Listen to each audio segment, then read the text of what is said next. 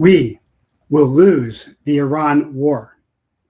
As a retired patriot veteran of foreign wars, I take no pleasure in saying this. When America goes to war, as an American soldier, I want us to win. But as America's intelligence officer, I have committed to telling truth, no matter how hard or uncomfortable the truth is. And this is the ruthless truth. Even if Trump achieves regime change, we will lose. We won the revolution because Washington personally controlled intelligence. We won World War II because the OSS, the Office of Strategic Services, was military, subservient to the military. Then the CIA was born, and we tied in Korea.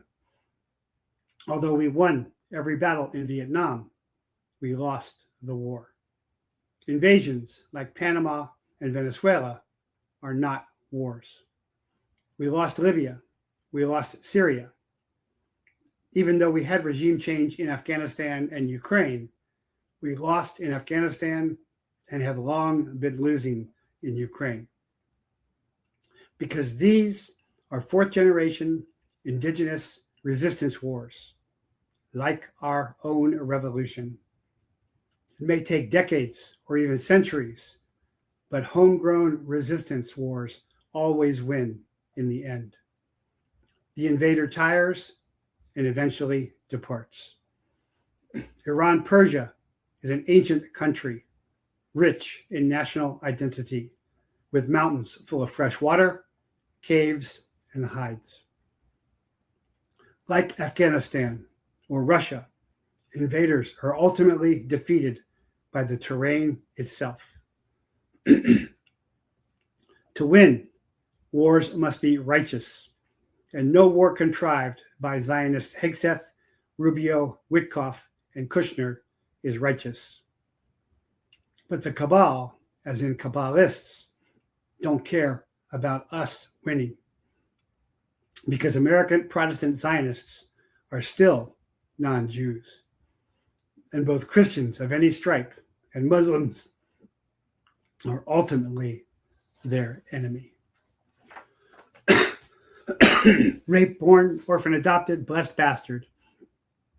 Indigenous initiated. Martial arts mastered. PSYOPs and special forces served. Decades of duty in DEA and DIA. Intelligence inducted. Sabotaged and slandered. Corruption crucibled. Deep state betrayed. Yeshua saved. Whistleblower warrior. Rejecting revenge. Repurposed in redemption. As chaplain, leader, teacher, and truth teller. Now America's intelligence officer. Following God, leading my family, and rallying all patriots to rescue our republic by restoring a virtuous populace. Welcome. I'm Jeff Prather, and this is the Prather Point. Very important show today, so please like, share, and subscribe this on Rumble, X, and Facebook. And it was funny, I noted on the Rumble rant before we started that the closer we got to showtime, numbers started dropping off. And then as soon as I noted that, the numbers started climbing again.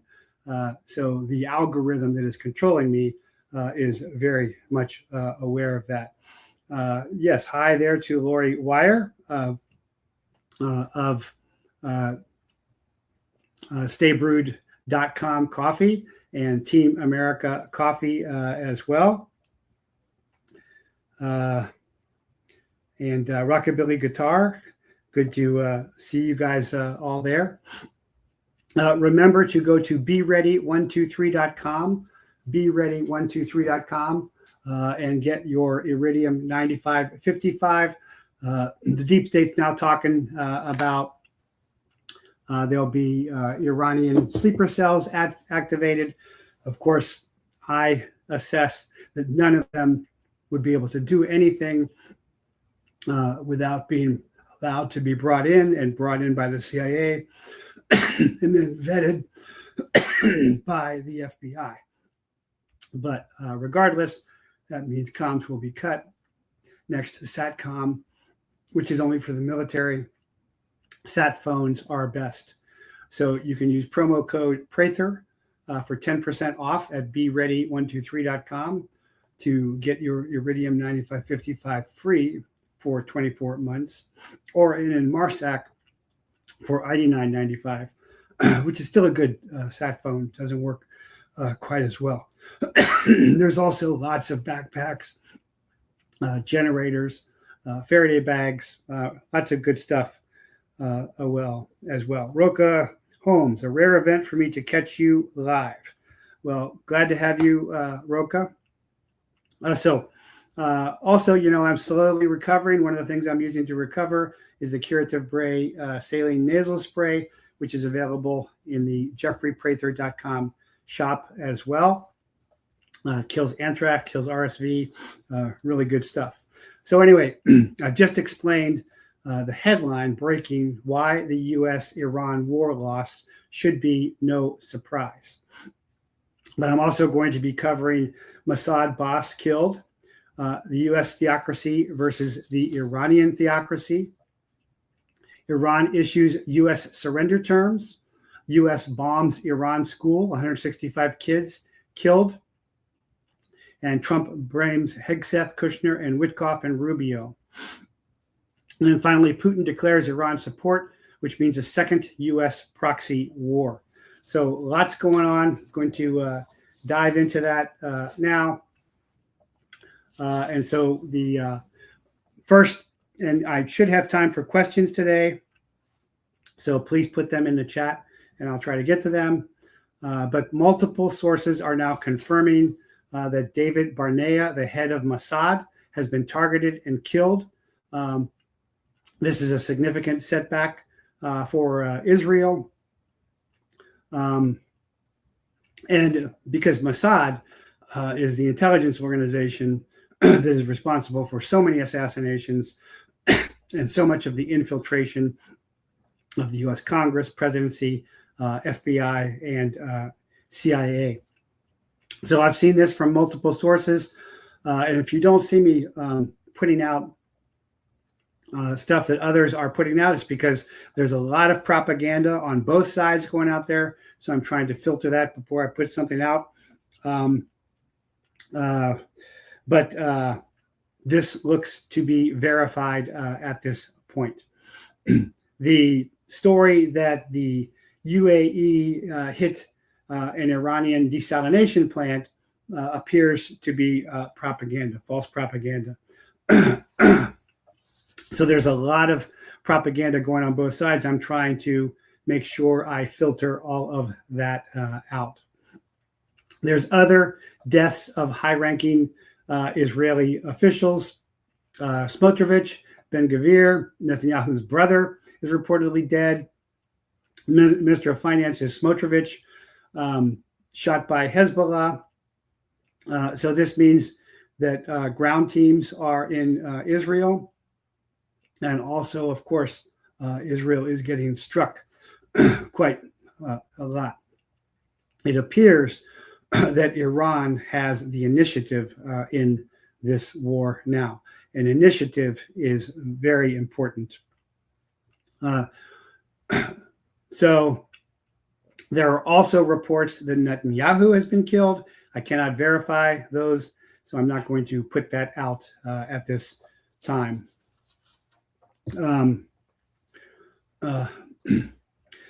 Reports indicate that Washington has quietly approached several intermediaries, including Russia, Oman, and Turkey, seeking a path towards a ceasefire, which the Iranians have rejected ceasefires because every time they do a ceasefire, either Trump or Israel attacks or assassinate or missiles somebody. So there's no point in a ceasefire from their point of view, especially since they are proactive and they hold the initiative in this war. But through these channels, the United States is attempting to open negotiations and contain a war whose consequences are becoming increasingly difficult to control. But Iran has countered by issuing terms for ending the war, that is, United States surrender terms. This is a sea change, and this could well spell the end of the American empire, which is already failing by my assessment in the Middle East. So that's very, very significant to understand. In response, Iran has outlined a series of conditions that would form the basis for ending the war.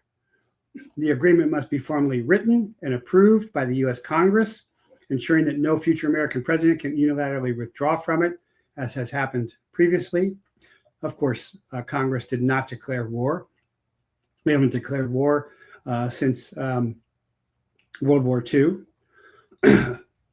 2, a binding and permanent U.S. commitment never to launch a military attack against Iran directly or through proxies. That's very significant.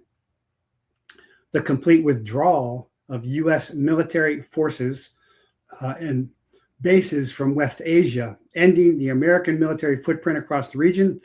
That is, ending American hegemony, the American empire in the Middle East. That is a long-term strategic goal of Iran. And we'll talk more about that, of how they are successfully prosecuting that goal. And there are lots of reports, although I haven't verified them, that the U.S. is evacuating troops from its bases. The full and immediate release of all Iranian funds and financial assets frozen abroad. The complete removal of all economic sanctions imposed on Iran, along with guarantees that they will not be reimposed on the future. Israel must withdraw its forces from Lebanese territory, and they've been there for several years. So these are big asks. A clear and enforceable commitment from Israel to respect any ceasefire and end all violations against Lebanon. If Washington accepts these terms, the war could come to an immediate halt, and a new balance of power may begin to take shape across the West. If they are rejected, the conflict will not simply continue, it will deepen. What began as a regional confrontation could evolve into a prolonged war of attrition, capable of draining American power, eroding its credibility, because all of the Middle Eastern American bases have been hit, and so have those countries. So the myth that America can protect those countries has already been shattered. So this could place immense political pressure on the presidency of Trump. At that point, the war would no longer be just a battlefield struggle in the Middle East, but a strategic fire threatening to consume the authority and prestige of the American empire itself. So that is very, very significant, and I hope you understand that. Looks like Bibi has bit off more than he can chew, says Earl Jackson. Sorry. Not really, because as I said in my opening, all Goyim, all non-Jews, even if they are Protestant evangelical Christians and Muslims, are enemies. And so the Zionists in the Netanyahu and Mossad government are very happy to see both forces weaken each other. They still win.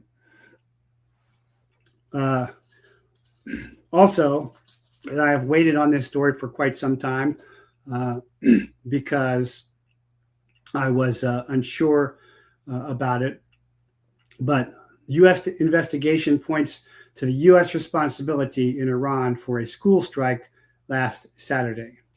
U.S. military investigators believe it is likely that U.S. forces were responsible for an apparent strike on Iranian's girls' school that killed scores of children.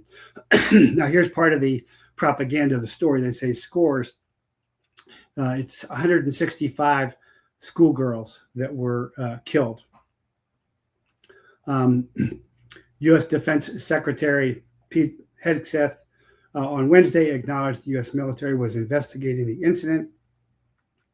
Officials who spoke on the condition of anonymity did not rule out the possibility that new evidence could emerge that absolves the U.S. Again, that's just more propaganda.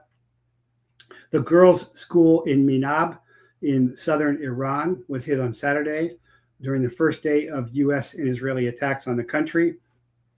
Iran's ambassador to the UN in Geneva, al-Bahraini, said the strike killed 150 students. Again, my number is 165. According to the archived copies of the school's website, the school is adjacent to a compound operated by the Islamic Revolutionary Guard Corps. The military reports to the military force that reports to the Iran senior leader.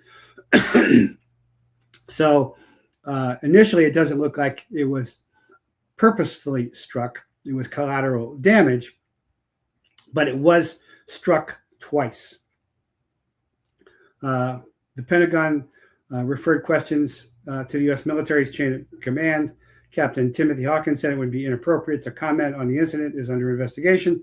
The White House did not directly comment on the investigation, referring people back to the Department of War. So that's the circular ice cream cone happening. Asked about the incident during a news briefing on Wednesday, HEGSETH said, "We're investigating. Of course, we would never target citizens." And U.S. Secretary of State Marco Rubio said the United States would not deliberately target a school.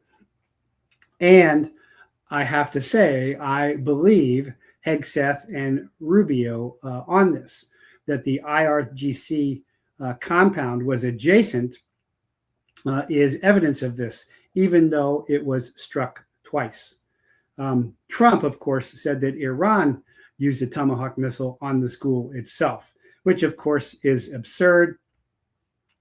Trump is being led by his constellation of Zionist staff, and so is saying nonsensical things and is fairly desperate at this point.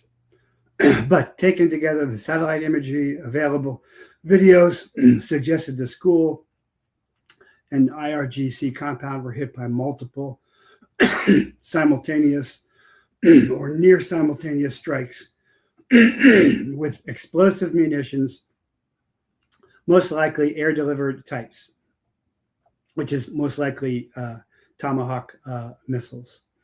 The onus is on the forces that carried out the attack to investigate it. UN Human Rights Office spokesman Ravin Shamdasani told a briefing in Geneva. Images of the girl's funeral on Tuesday were shown on Iranian state television. Their small coffins were draped with Iranian flags and passed from a truck across a large crowd towards the gravesite. So let's just pause there for a second and try to empathize with the Iranian people.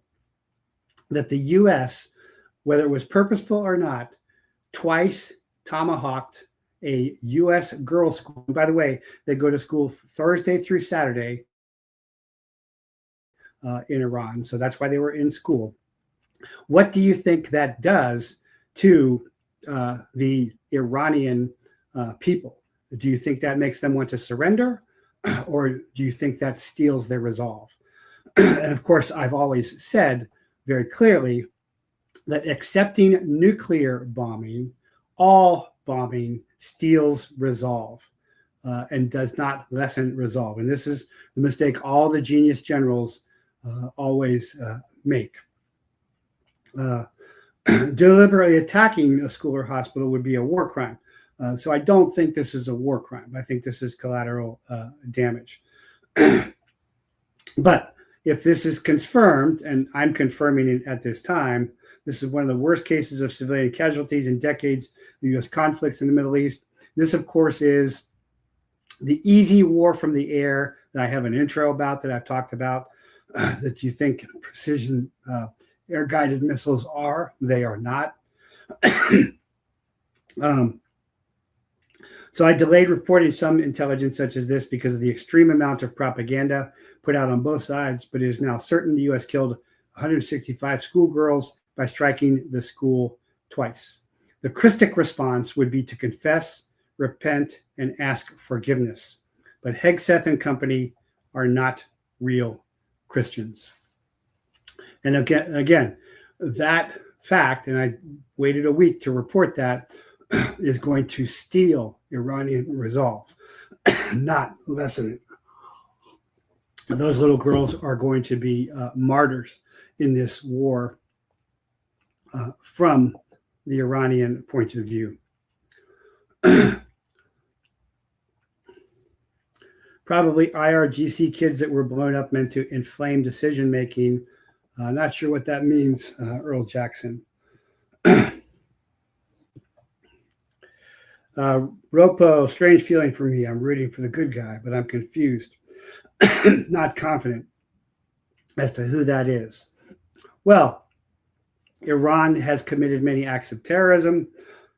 This isn't a movie where you just one side's the good guys and one guy's the bad guys, but we are the aggressors in this war.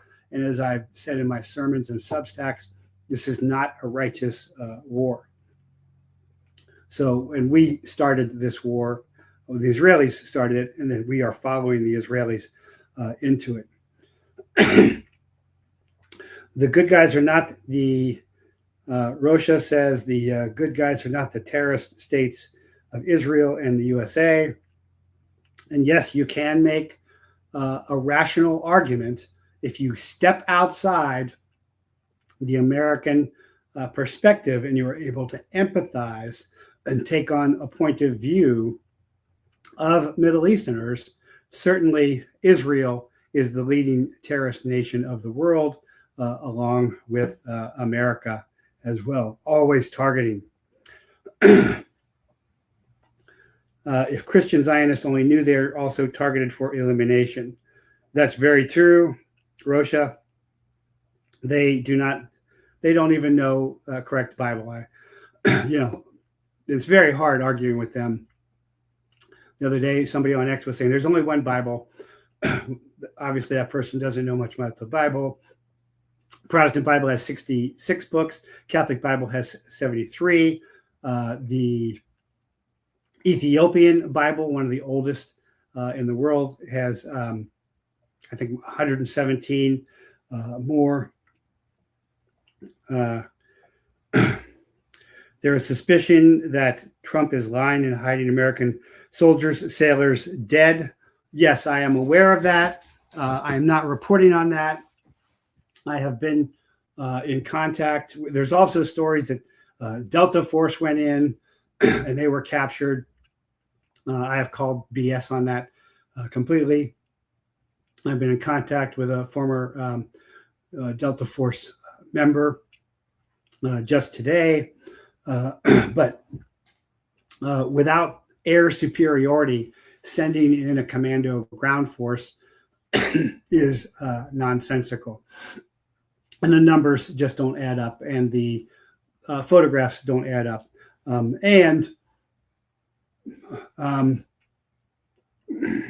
It's not widely known, but I talked about this maybe on X. Tier 1 units can decline missions. For example, the ill-fated Takur Ghar mission, where Slabensky stole John Chapman's valor, was declined by another SEAL Team 6 team initially. Now, so that there is a special missions unit captured in big numbers, I think is total BS propaganda put out by the Iranians. That there are additional soldiers and sailors killed in action is what Tonatox is asking about here. That could be. There are allegations that there are attributing deaths, that they're moving wounded out of the Middle East and then having them say that they passed someplace else.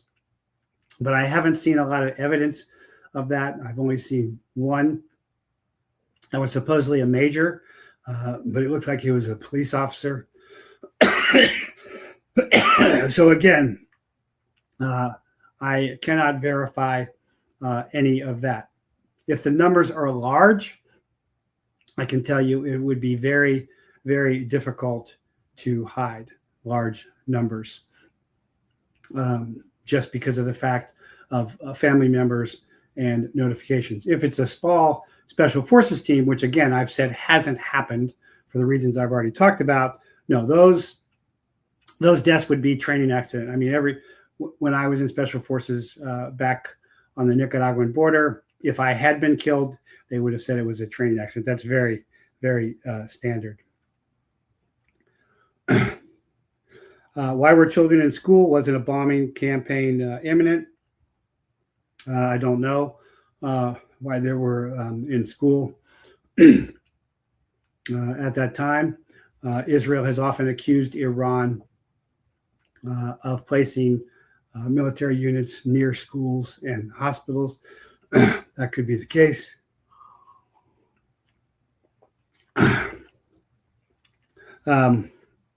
Happy to have your questions today as I have time for them.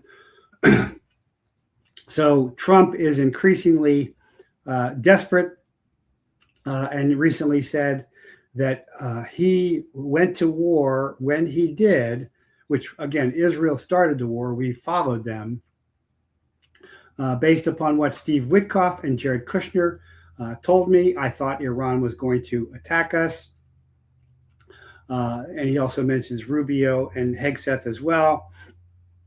And he's also getting, I've seen reports where he's getting poll numbers that say 90% of America is supporting this war, which of course is not true at all. So again, with these major figures, their Constellation staff controls the information flow to them.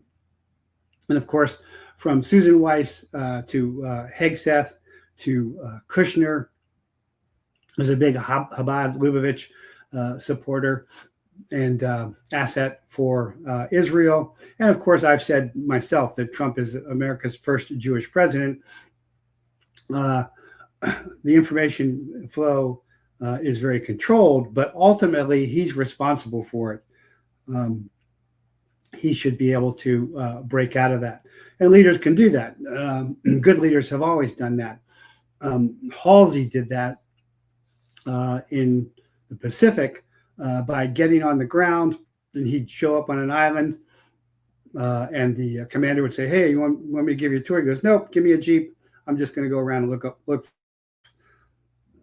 which of course no commander wants because that's uncontrolled. But he'd go right up to the front to really see what was going on. If you want to see a great rendition of that, watch Gallant Hours with James Cagney. Gallant Hours with James Cagney. What percentage of America does support the war? I believe it's someplace around 15 to 20 to 30%. But you can ask, people around you.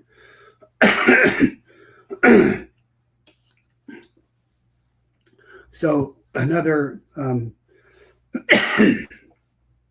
important announcement that has just come out is Putin pledges unwavering support to Iran's new supreme leader, which is Mojtaba Khamenei. So what does this mean? This is very significant because this means Russia, a major world power, arguably the strongest world power right now with resources and morally against Satanism and transgenderism, with plenty of oil, gold, gas, and precious metals, is now in a second proxy war with the United States. And of course, if we look at the Ukraine war, which was a CIA engineered regime change with a tranny Zelensky, then that war has been lost from the beginning. Ukraine was losing, they are losing, and they will lose, as I've said over and over. And that also parallels, to some degree, Iran as well. Not because Ukraine is a fourth generation conflict. Ukraine versus Russia is a third generation direct war conflict. The cabal, as in Kabbalists, wanted Ukraine to be the first digital state. So they wanted a fifth generation propaganda war, information war, or maybe even sixth generation with swarm bots and injectables. But what they got was a third generation direct conflict war. And bullets always defeat propaganda. So the parallel between Ukraine and Iran is not direct. One is a third generation versus fifth generation. The other is a fourth generation conflict. But you give me your opinions here. Just tell me how many of you support the Iranian war. I, of course, do not. But Russian President Putin has formally extended his unwavering support to Iran's newly appointed Ayatollah Mojtaba Khamenei, signaling a deepening of the Moscow-Tehran alliance. This was on Monday, just hours after the Iranian Assembly of Experts officially named Mojtaba 56 to succeed his deceased father, who the Israelis killed. And he said, at the time when Iran is confronting armed aggression, your tenure in this high position will undoubtedly require great courage and dedication. For my part, I would like to confirm our unwavering support for Tehran and solidifying solidarity with our Iranian friends.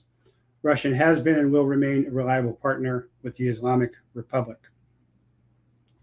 So according to Iranian state television, Mojtaba was referred to as Janabaz, which transferred to injured war veteran or wounded by the enemy. So I believe he has been crippled by strikes.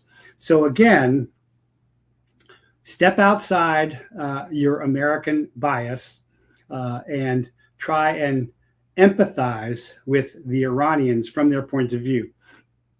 So this is what Special Forces does. This is what intelligence officers try and do, is to see things from the enemy's point of view. So if the other leader was his father, was assassinated by Israel, and he has been wounded in attacks either by the United States and Israel, then is that going to reduce support for him and sympathy in Iran, or build support? And of course, the answer is it's going to build support. And when a major superpower aligns with Iran, which Russia has just done, and again, Russia is anti-Satanist, as is Iran. Remember, they were burning statues of Baal, where the American government is all about Baal and Moloch and sacrificing children and selling children and covering up for the rape and kidnapping, torture and murder of children. Then is this going to build Iranian resiliency or lessen it? And of course, the truth is it is going to continue to build it, because the world's hyperpower, the United States, is the enemy of Iran, the sworn enemy of Iran. And Russia, the second great superpower, is aligning with it. So it's very important to understand all of that.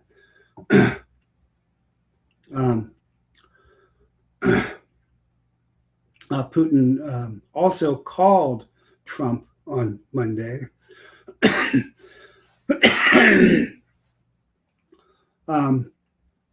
And the conversation was reported as frank and businesslike, with Putin proposing ideas for political and diplomatic settlement.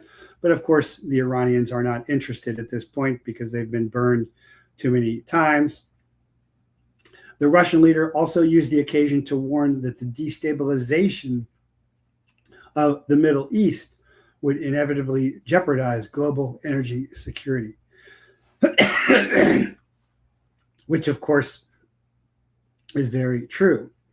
Oil prices surging past $115 a barrel following strikes on Iranian refineries. Putin's message served as a reminder of Russia's role as a primary energy supplier to reliable partners in Asia, China as well, and Eastern Europe. So that's the Iranians are fighting a fourth generation resistance war, a war of attrition. The U.S. is running out of high-end missiles. The Iranians don't seem to be, although it's difficult to see through all the propaganda. And I'm looking at that all the time.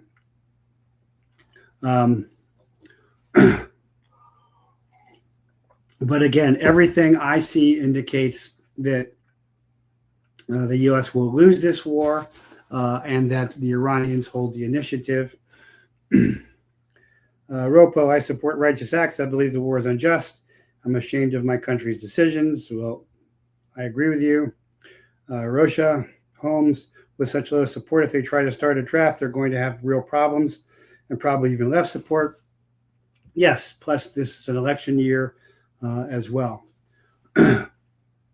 So the U.S. media, which is Zionist controlled because it's deep state controlled, the deep state is controlled by the Kabbalists, by the global cabal, mainly Israel, is finally admitting outright failure of U.S.-Israel military aggression on Iran. The Air Force, the U.S. Air Force, has lost at least a half a dozen aircraft, although some higher estimates already put it at 15 plus in this war. And promises by the Pentagon that it would establish air superiority within 24 hours still have not happened. I've made a real point of this, that we haven't even achieved air superiority, which normally U.S. air dominance around the world has been unquestioned. But we have not achieved that in this war.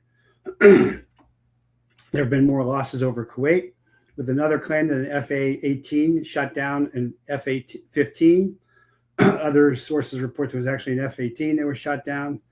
The idea that the U.S. military achieved total air dominance over Iran and sanitized the threat of ground-based air defenses to a degree that their forces have relatively free reign is false.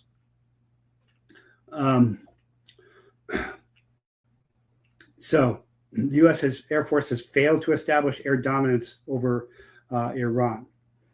This effectively confirms my own analysis that the U.S. already ran out of exorbitantly expensive standoff munitions that it now needs to get into a knife fight with an opponent that has a massively and highly complex network of air defenses because they are all underground.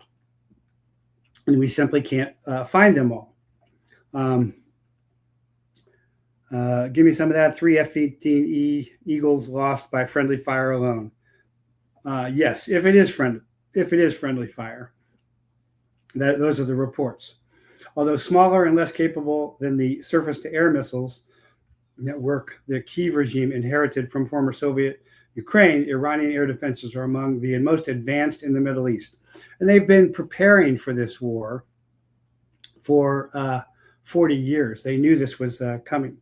This gives the Iranian military another layer of capabilities that can provide a significant edge over the arrogant United States Air Force. Moving to direct strikes allows for a significant increase in the total volume of targets hit, as well as offering a broader array of effects to be brought to bear on those targets. And that bunker buster munitions are typically not available in any standoff capability. However, while claims that this transition to direct attacks has now begun, we're yet to see the Air Force establish actual air dominance that would allow it to launch a devastating mass bombing that would bring Tehran to its knees. On the contrary, the Pentagon is increasingly frustrated by its bad performance against military targets.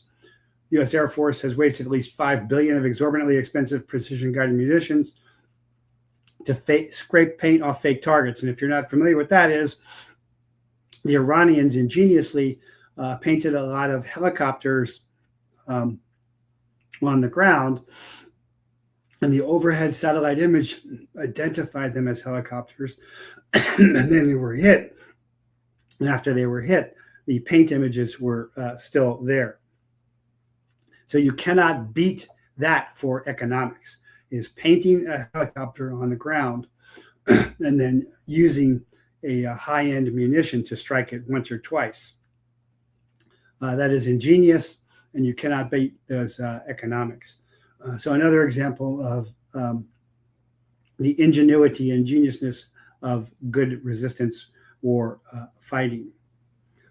At one point, Washington, D.C. threatened a massive land invasion, but after realizing it doesn't have the capacity for such a long-scale grand operation, the idea was dropped. And of course, we're in a midterm election year as well. So the administration needs every win it can get. So again, this is why I say no big land invasion and not even a special forces team without air dominance. Wouldn't do that. Looking here on X, see what Earl Jackson's saying, referring me to something here. John Bolton, the Walrus, was on with Katie Collins saying that he is worried that Trump would make a deal with Putin over Iran, with Russia agreeing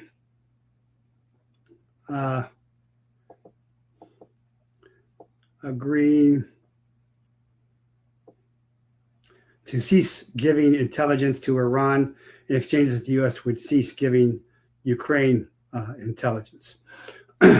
Well, that isn't going to happen because Trump does not control the CIA, just like he doesn't control the FBI.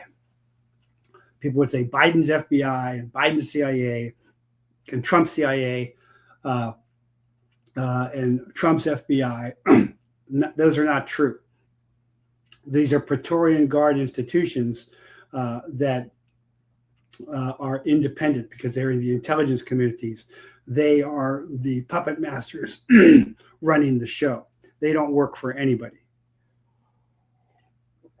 except for themselves. And again, the deep state global Kabbalists are not trying to win wars. They're just trying to keep them going on so that they wear down their enemies and they profit from them. And that's the clear pattern that you always see with deep state and global cabal wars. I wonder if they were actually shut down by Israel or Iran. That's a good question. Ton of talks like Patton did on D-Day. Yes, Patton on D-Day. Patton was in charge of a whole army of balloon tanks and airplanes and a signals unit broadcasting fake messages. And it was a massive deception, a massive psyop, and it worked excellently. So that is right as well. Ropo, USA is not an ancient civilization. Do you think we can overcome all of this evil? We deserve to be judged harshly. So much perversion here. We export it also through Hollywood. Yes, we do. Israel is actually more corrupt. There's actually no child pedophilia laws in Israel. And of course, we see lots of pedophiles going to Israel. We saw their new cyber guy. Incest is a major crime in Israel. But we are the world center headquarters for pedophilia and drug use. But scripturally, in Revelation, it says the lady is carried off on the wings of eagle to the wilderness. So I believe that is the lady is the church. The church is the inheritors of Abraham, which are the true followers of Christ, as I've talked about many times. And being carried off on the wings of eagles is the American government. Going to the wilderness is as the fallen American Republic fails as an empire, returns more to a wilderness. So that's how I read that anyway. And so I think a lot of people do because, everybody that I know that has any sense is out in the country. So I'm not saying anything new here. I'm talking about what I've been talking about for a long time and confirming much of it as well. So, but just like you keep hearing, well, I don't think you're hearing it anymore, but you were hearing it, that Russia is on its knees, Ukraine is winning. I don't think anybody believes any of that anymore. So the same thing is with the Iran war, lots of propaganda. But from my analysis as a military intelligence officer, telling you the truth, because the government's not going to, Iran is prosecuting this war and has the initiative. So what's prosecuting mean? It is advancing this war. So the U.S. military bases that have been targeted by Iran in the Middle East since February 2026 include multiple strategic installations. There's Al Udeid Air Base in Qatar, the largest U.S. military base in the Middle East, serving as CENTCOM's regional hub. And CENTCOM is the main unit prosecuting this war. It was struck by ballistic missiles with satellite imagery confirming damage to structures and the $1.1 billion AN/FPS 132 early warning radar system. With that down, that means they can be struck at will. And I've also seen a lot of reports of U.S. personnel leaving, but I can't verify those at this time. Al Dhafra Air Base in the United Arab Emirates hosts around 5,000 U.S. military personnel. Iranian strikes caused visible damage to buildings and infrastructure.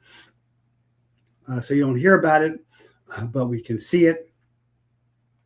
Ali Al Salem Air Base, Kuwait, also known as the Rock. This place saw multiple strikes with collapsed rooftops and damaged facilities near communications infrastructure. Camp Burin, Kuwait, targeted by drones with video evidence showing explosions within the base perimeter.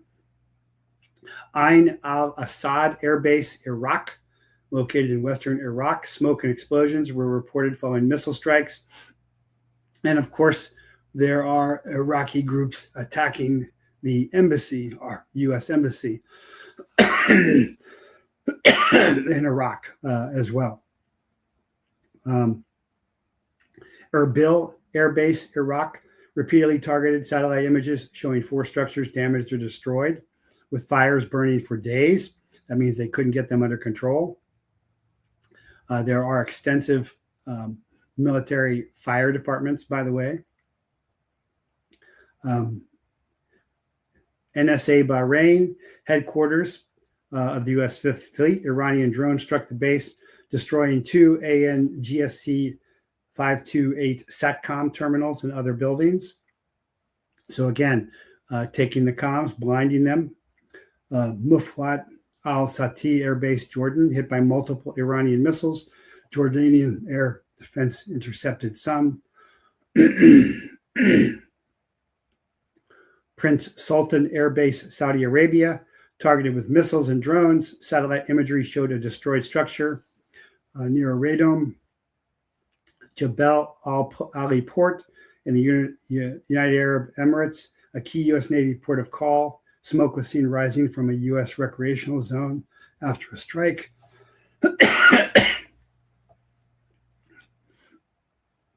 Camp Arajan, Kuwait. Radomes were damaged and 6 U.S. service members were killed when a drone struck a tactical operations center. Striking attack shows good intelligence. Of course, that's likely coming from Russia. Iran has also targeted U.S. diplomatic facilities, including the embassies in Saudi, in Riyadh, Kuwait City, and the consulate in Dubai. The total damage to U.S. military equipment is estimated at nearly $2 billion.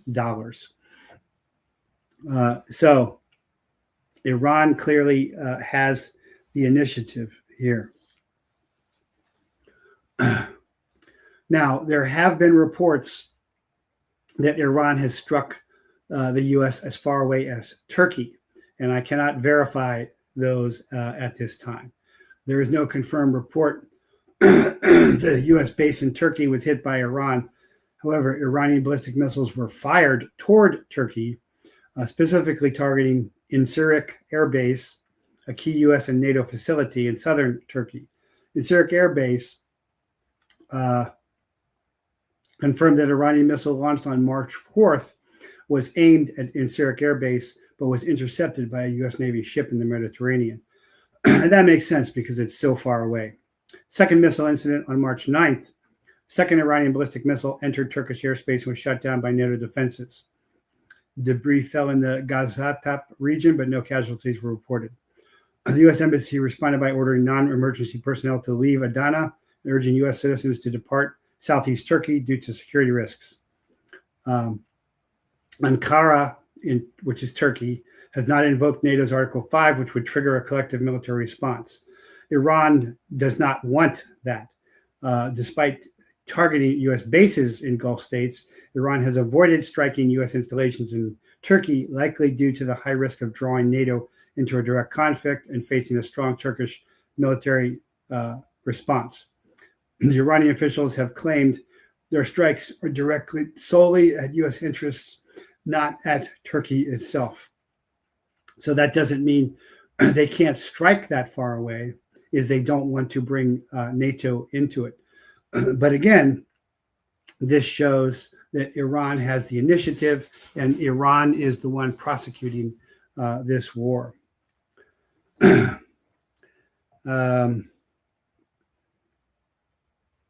All government becomes so corrupt, so the solution is no government. Well, that's anarchy. That doesn't work very well because there's no police, there's no nothing. That goes south very, very quickly because it's who's got the guns. So that is a naive position there, Rocha Holmes.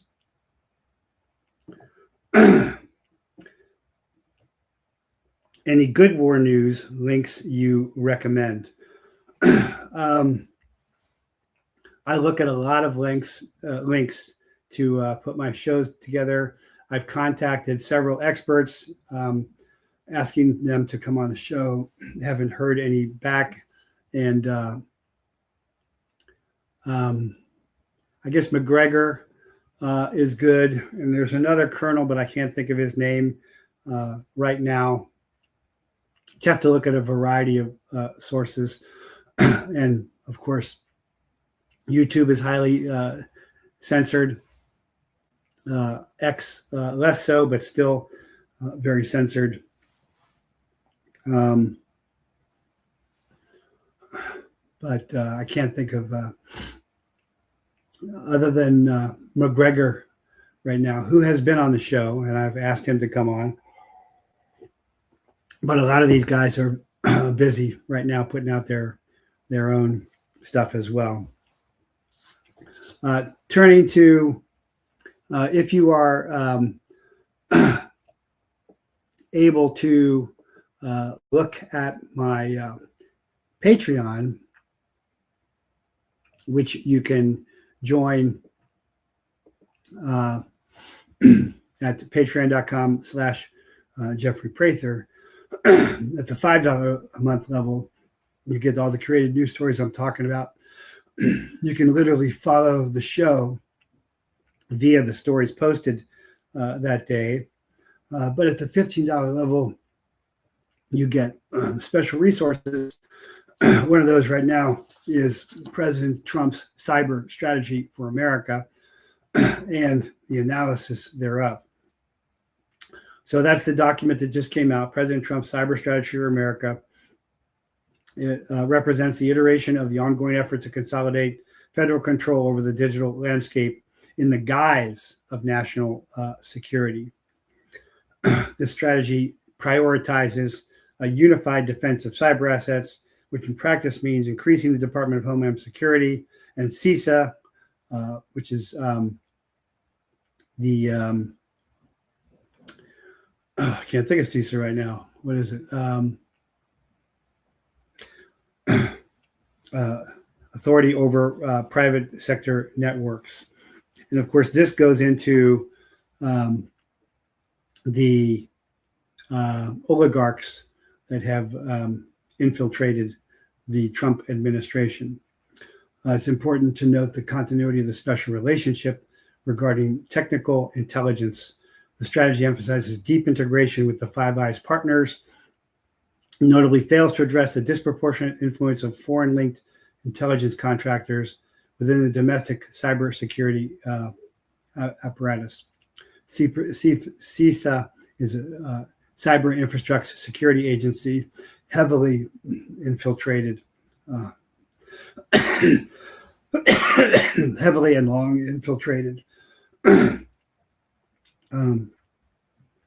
In the context of multi-front operational planning, this document signals the closing of the eighth front by tightening the noose around digital communications and data movement. The regime is ensuring that any attempt to organize, build parallel institutions, which is what X, Candace, Tucker, me is supposed to be, or disseminate information outside the established channels becomes a technical impossibility. The strategy's focus on resilience is in reality a focus on survivability of the regime's control grid, not the security of the American people's rights. This document is not a roadmap for national strength. It is a blueprint for the managed decline of American liberty. It confirms that the current administration continues to operate within the established framework of globalist control, utilizing the threat of cyber warfare to accelerate the consolidation of power. The strategy does nothing to address the actual threats to our nation, such as the demographic displacement or the erosion of our constitutional foundations. Instead, it reinforces the technical infrastructure required to silence those who see these realities and choose to speak out against them. So there is a summary of the new plan of the Trump's cybersecurity strategy. The church has lost the plot and is now too concerned about the building of the third temple. Well, if you're talking about American Christian Protestant evangelics, yes, that is true. If you're talking about Catholics, no. They don't buy that. I think if you look at some Baptists, they don't buy that either. But if you're talking about the church in general, that goes back to when I was talking about the U.S. theocracy. I never really talked about it. I skipped over it. The U.S. theocracy versus the Iranian theocracy. So we all know and acknowledge the Iranian theocracy has been in place for a long time, but the U.S. theocracy is this government is dominated by American Christian Protestant evangelicals, which believe in the third temple, which of course There's no need for the third temple. Yeshua told us we are the temple. And of course, they falsely believe that Israel is special and that the Jews are still special, even though that's not what Yeshua said. Yeshua said, of course, I keep saying this over and over, that when you kill the son, you lose the vineyard. It passes to somebody else. Paul said, there is no Gentile or Jew in Christ, but these American Christian Zionists are not Christians. They're not Christ followers. They are Zionists who are following a heretical and bastardized Christic religion, which is really a bastardized form of Judaism, which again in itself is false, because when the temple was destroyed, they could no longer really practice their traditional religion, which is exactly what Yeshua predicted. The Calvary Chapel in my small town flies the Israeli flag underneath the American flag. Well, at least it's underneath. I just checked McGregor on X. Yeah, McGregor is a good source there that you can look at as well.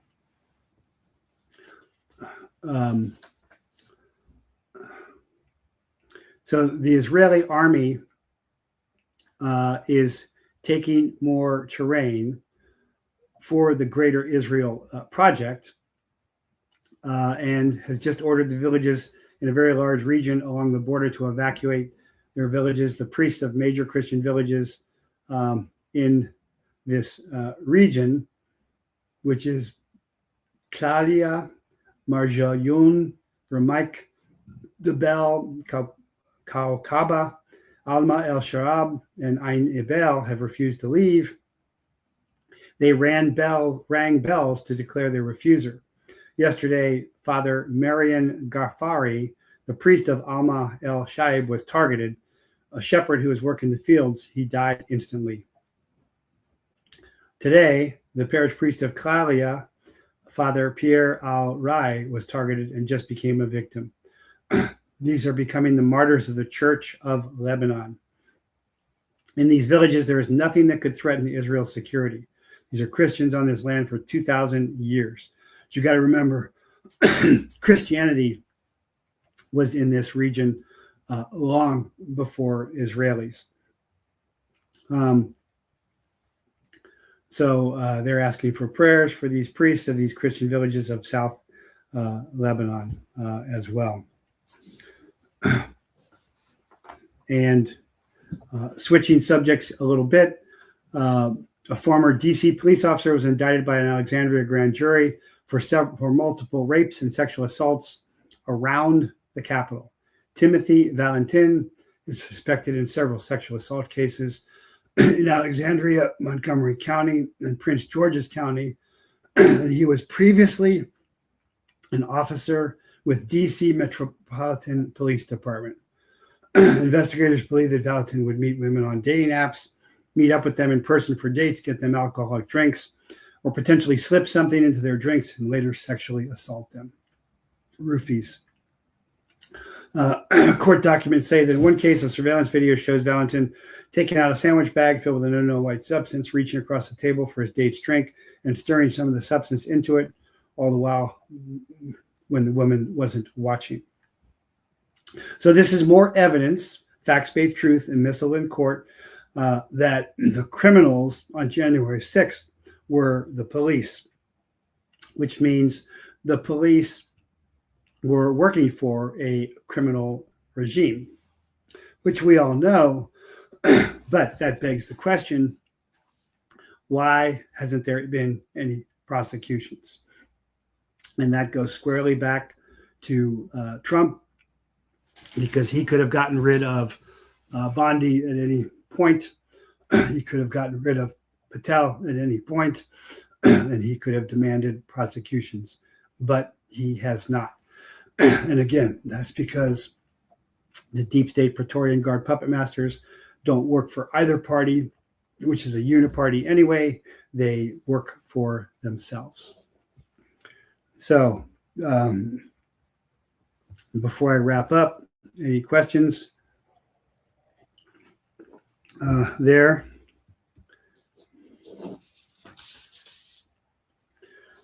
So thank you for standing by me, especially having patience with my cough. Oh, sweet Susie, I don't believe the bombing of girls was accidental. They bombed, waited for the military parents to go in and try to save them, and bombed again. It was strategic to bring military members together. That's possible.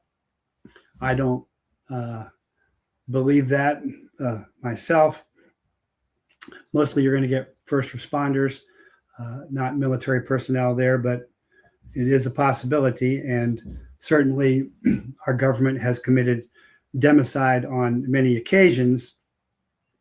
But again, the killing of more children is a great sin on us and a stain on us trying to rebuild a virtuous populace. And it should be confessed, repented, and asked for forgiveness. But no one in the government has confessed, repented, or asked for forgiveness from running children under the Pedo Joe administration.